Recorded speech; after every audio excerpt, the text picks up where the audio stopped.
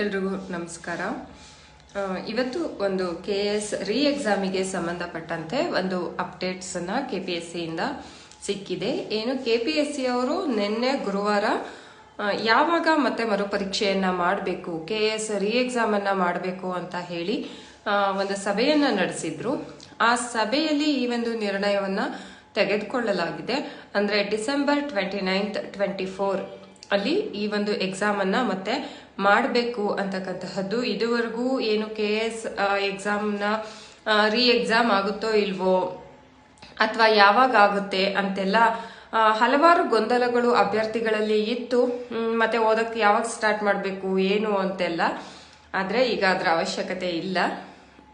ಒಟ್ಟಲ್ಲಿ ಡಿಸೆಂಬರ್ ಇದೆ, ಅಂದ್ರೆ 2024 2024ರ ಡಿಸೆಂಬರ್ 29ರಂದು KS ಪೂರ್ವಭಾವಿ ಅಥವಾ ಪ್ರಿಲಿಮಿನರಿ ಎಕ್ಸಾಮಿನೇಷನ್ ನ ನಡೆಸಲಿಕ್ಕೆ ತೀರ್ಮಾನಿಸಲಾಗಿದೆ. ಯಾರೆಲ್ಲ ಅಭ್ಯರ್ಥಿಗಳು KS ಎಕ್ಸಾಮ್ಗೆ ಅಪ್ಲಿಕೇಶನ್ ಹಾಕಿದ್ರಿ, ಆಲ್ರೆಡಿ ಈಗ ಒಂದ್ಸಲ ಬರ್ದಿದ್ರಿ, ಅವರು ಮತ್ತೆ ರೀ ಎಕ್ಸಾಮಿಗೆ ಪ್ರಿಪರೇಷನ್ ಅನ್ನ ಸ್ಟಾರ್ಟ್ ಮಾಡ್ಕೊಬಹುದು. ಇವಾಗಿಂದಾನೇ ಸ್ಟಾರ್ಟ್ ಮಾಡ್ಕೊಳ್ಳಿ. ಆಲ್ರೆಡಿ ಒಂದ್ಸಲಿ ಎಕ್ಸಾಮ್ ಬರ್ದಿರೋದ್ರಿಂದ ಪ್ರಿಪೇರ್ ಆಗಿರ್ತೀರಾ, ಬಟ್ ಮತ್ತೆ ಪ್ರಿಪೇರ್ ಆಗಿ. All the best. Thank you so much.